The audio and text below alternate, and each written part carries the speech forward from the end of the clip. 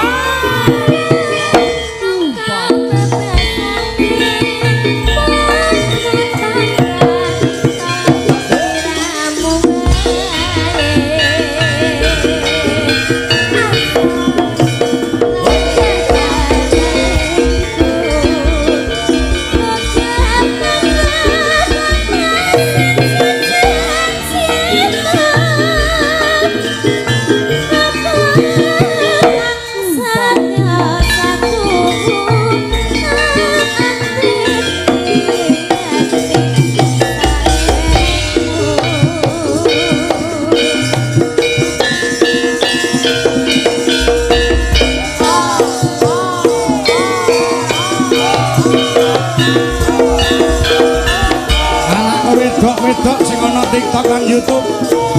Rahma, Bilgita, Nui, Nafisa, Puspita, dan lain-lain.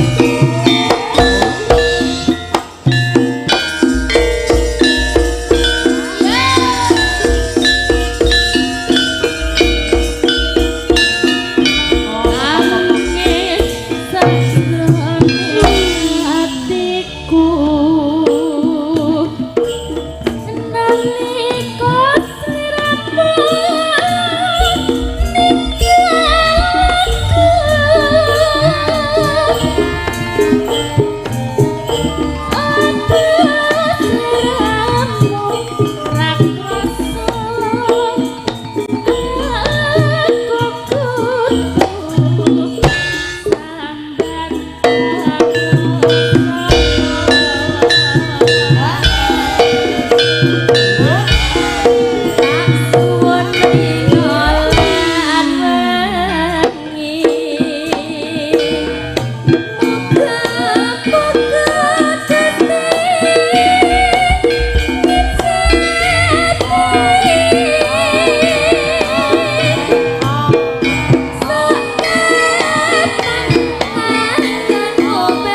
Olen.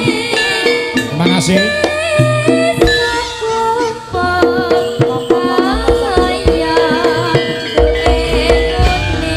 Mas Tarno, Tania Jaya.